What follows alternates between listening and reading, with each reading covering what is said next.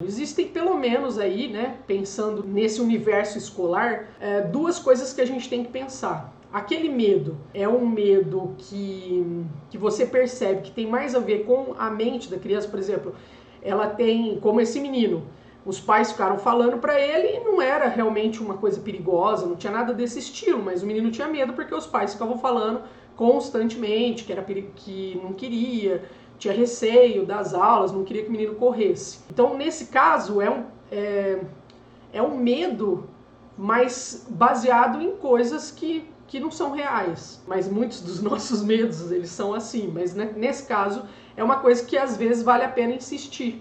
Vale a pena chegar para a criança e falar, vamos fazer atividade, é possível a gente fazer, apesar do medo. Agora, tem outros medos que vale a pena a gente ir devagar, principalmente se a gente estiver fazendo uma coisa que é um pouco mais perigosa. Então, por exemplo, eu estou fazendo acrobacias, trabalhando com acrobacia e percebo que a criança está com medo.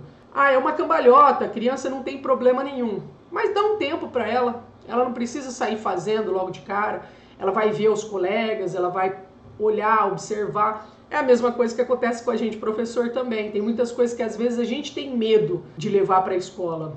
Às vezes por preconceito, às vezes por desconhecimento, às vezes porque nunca viu ninguém fazendo e nem conhece dessa possibilidade. Então tem muitas coisas que a gente tem que pensar.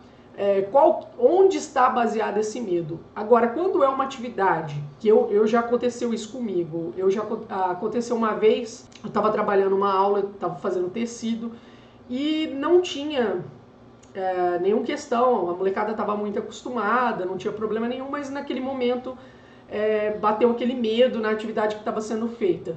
O que eu faço? Quando você está fazendo uma atividade que já inclui um certo risco e que precisa de uma confiança maior, e a pessoa começa a ficar com medo, eu paro, eu não sigo adiante. Você está com medo, é uma atividade que realmente pode se machucar, para.